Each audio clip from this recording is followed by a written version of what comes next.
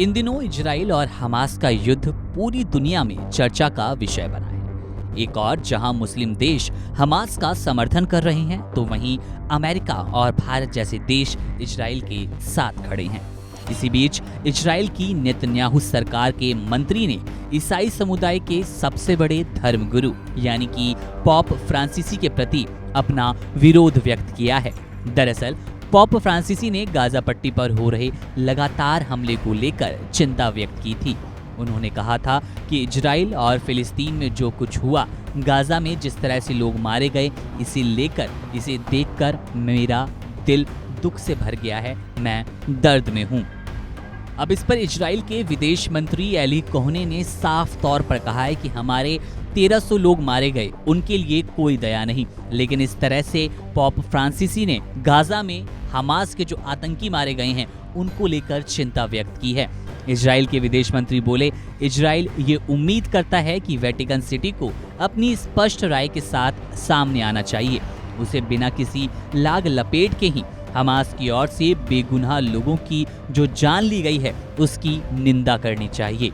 Hamas ने महिलाओं, बच्चों और बुजुर्गों तक को नहीं छोड़ा। इनकी जिंदगी इसलिए ले ली गई क्योंकि ये लोग यहूदी और इजराइल के नागरिक थे। इजराइल के मंत्री ने कहा कि ये स्वीकार नहीं किया जा सकता। वेटिकन सिटी ने अपने मुख्य बयान के तौर पर गाजा के नागरिकों को लेकर ही चिंता जताई है।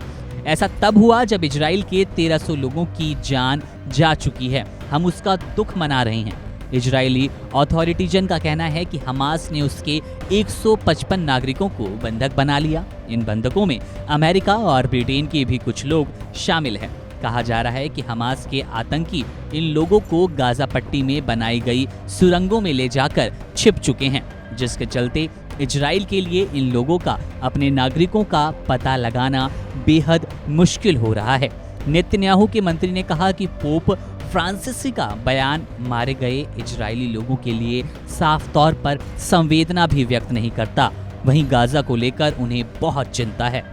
वहीं वेटिकन सिटी के एक अधिकारी ने कहा कि पॉप फ्रांसीसी तो गाजा और इजराइल के बीच शांति के लिए मध्यस्थ के तौर पर काम करने के लिए भी तैयार हैं।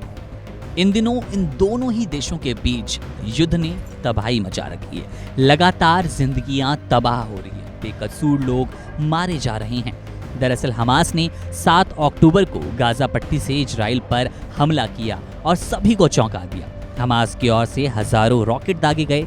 इतना ही नहीं, हमास के लड़ाके हवा, समुद्री रास्ते और बॉर्डर के जरिए इजरायली सीमा में दाखिल हो गए और उन्होंने आम नागरिकों पर हमला कर दिया। इन हमलों में इजराइल में 1300 लोगों की जान गई और 29 अमेरिकी भी अपनी जिंदगी खो बैठे। बता दें कि अभी तक इस पूरे युद्ध में 3700 से ज्यादा लोग मारे जा चुके हैं और जो घायल होने वालों का आंकड़ा है, घायल जो लोग हुए हैं वो 10,000 से ज्यादा बताए जा रहे हैं। कितना भीषण, कितना निर्मम है ये युद्ध, आंकड़े सब बयां कर रहे हैं।